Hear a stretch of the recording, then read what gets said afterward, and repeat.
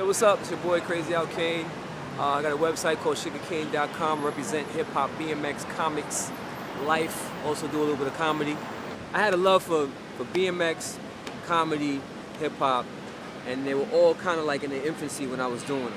So back in the 80s, you had cats that was on BMX bikes. You had, this whole hip hop scene growing. You had the whole comic book culture.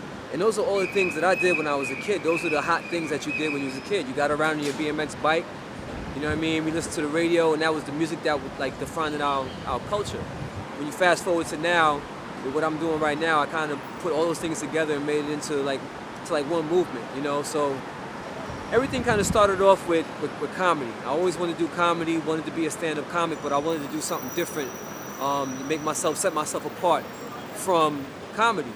At the same time, I was making beats and producing stuff at my house. I had a love for making beats. It wasn't about selling them. It wasn't about, coming out with a hit. It was just about my love for hip hop and underground hip hop and us wanting to hear new music. So me and my boys would come over. They start rhyming. I'll start making beats, and that's pretty much what I was doing. So I also had a love for flipping songs and making parodies of them. So when I decided to do comedy, I kind of put all those things together and started doing hip-hop comedy. So I kind of jumped off of what Will Yankovic was doing, but went really deep in with hip-hop. So I was doing like underground hip-hop songs and R&B songs and making them all into parodies. And I was doing it way back. We started doing videos to them. Actually had a couple of record deals. I had a record deal with Warner Brother Records at one point to do a comedy record. We had a whole bunch of features. Charlie Murphy, starring Buck Wild, almost had Chris Rock on there. I actually had a skit with Eddie Murphy, which probably now people wouldn't be able to mess with because it was so raw, but it's crazy. Maybe I'll put it out on SoundCloud or something, I don't know, but it's too raw. We're too sensitive right now to actually accept what we did some crazy stuff back then. We did crazy stuff back then. From me doing that project, I linked up with Star and Buck Wild on my project, and then when he started getting his stuff popping on the radio, he called me up and told me to submit some parody records to him. So then he started putting them joints on the radio. So when he was on Hot 97, they was running all my parodies on there. That's pretty much how New York got introduced to me, was through Star and Buck Wild. The thing about hip hop is that was life. That was the sound of our youth coming up. You know what I mean? Like right now you have kids, they have their own defining sound. But when we were coming up, I grew up in New York, so we had that New York sound, and the New York sound was underground hip hop, and I was coming up as it was developing. So from the Taylor Rocks to the KRS-Ones to the Tribe Called Quest to the Wu-Tang Clans to the Black Moons to all those different acts and everything in between. You know what I'm saying? Milk D, all these. This was all that was going on. I'm based in Long Island. I'm in Long Island, so we had the radio. You know what I'm saying? We were listening to 98.7 back then and WBLS, and they used to have the Friday, Saturday night mixes. And that's where we got all our music. That's where we heard all our music. And then as far as videos, Ralph McDaniel's Video Music Box. So, you know what I'm saying? So all these people are, legendary people, you know what I mean?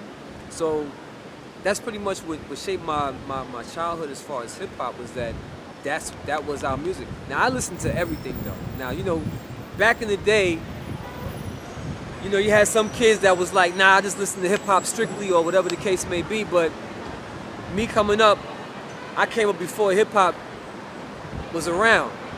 So I listened to everything. My parents listened to all kinds of stuff, jazz, rock, pop rock, all that stuff. And the thing about hip-hop is that it's all of those things. It's all of those things, you know what I'm saying?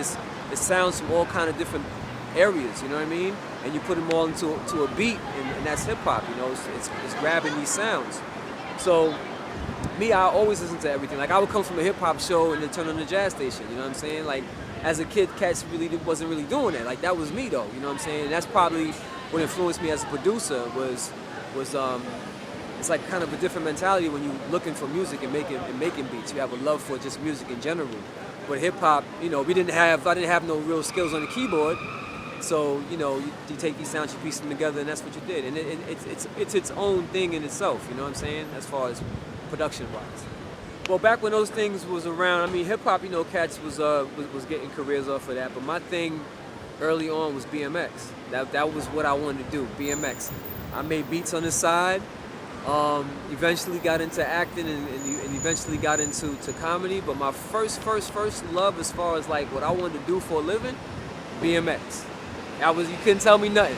My cousin Alan got me into racing. We had a track out in Long Island called Newbridge BMX, and you know, I used to ride around or whatever. My cousin found out about the track, and once I got on the track, started racing around the track, man, that was it, dude. That's all I wanted to do was race BMX. So what my day-to-day was when I was a kid, go to the track, race, go to the trails, dig some jumps, come home, make beats for the rest of the night.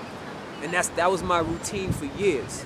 And then when I started getting into the acting field, then I would do that. So it would be acting, BMX, making beats. And like I said, I made beats. It wasn't even about putting out records. It was about just making these tapes and listening to new music and letting my boys hear it. It wasn't about putting them out. So that's why, you know, like now, you see me putting out stuff from like 94, 95, because back then it was like, those are like my babies, you know what I'm saying? Like I made them joints, you know, really for me, you know what I mean?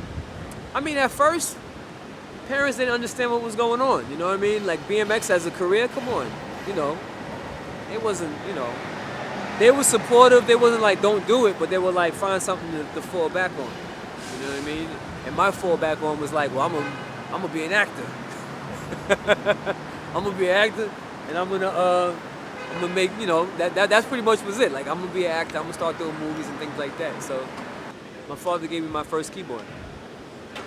Man, it was a Yamaha, and my father knew how to play keys a little bit too. So he showed me how to actually play some of the keys. And that's what I used to make beats on. You know, you couldn't save them. You just make them, and then as soon as you turn it off, that was it. So either tape them or and that's it. But that was the first thing I made beats on. And again, my cousin Alan wanted to be an MC at one point, and I had the keyboard at home, and he was like, "Can you make a beat for me?" So I made a couple beats for him, and that's kind of like what got me started in making beats. So my cousin Alan got me into both BMX and beat making. I never got jaded. As far as being a creative person, making music, never got jaded with anything that I did. The things that get you jaded is the industry part of things. You know, when you're dealing with like the business part of it, like if you're an actor, always getting rejected, you might get jaded. In production, sending your beats to an A&R and they don't understand it or don't get it, then that might get you jaded. You know, BMX, probably falling and breaking the bone, that might get you jaded, but you're gonna get back up and do it again. And I gotta kind of stress the importance of the lessons that riding the BMX bike taught me, man. It's like, first of all, when I was doing it, like I said, it wasn't the thing that kids did. You know what I'm saying? I mean, kids did it, and it was popular and all of that. But at a certain point, people are like, you're gonna go out of that. You know what I mean? You know, just some little bike you're riding on, and people associated BMX with just falling and busting your ass and breaking bones. So it was something that you really did for the love. It wasn't something that you did for money or any of that. It's something that you did for love, and you actually had to learn, train, and be good at it, and it was basically up to you. It wasn't up to no team, it wasn't up to no coach or nothing like that. It was a sport that taught you about your own determination. So I brought that with me on everything I do. So I didn't really get jaded from doing anything. You know, you might have writer's block and stuff like that, but I never got jaded with anything. The biggest obstacle is learning new tricks. And to learn new tricks, you're gonna fall, you're gonna get hurt, you're gonna cut yourself, you're gonna break bones. And what kind of a person are you? I can't say what kind of man are you, because girls do it too. What kind of person are you? Are you the kind of person to quit after you break your wrist, trying to do something new? Or are you gonna heal up, get back up, and go back and do it again and get it right this time? So as far, you know, that's like one of the biggest lessons I learned, man. I took it with me all through my life on everything, is you know, just that whole discipline. The legacy I want to leave behind is that the main thing is that whenever you think about Al Cayne, it puts a smile to your face. And whenever you think about, you know, what I do, it makes you happy, it brings you joy. You know, that's the kind of legacy I want to be like. You know what? Dude did, you know, he was funny and all that stuff, but the dude always, you know, brought a smile to somebody's face.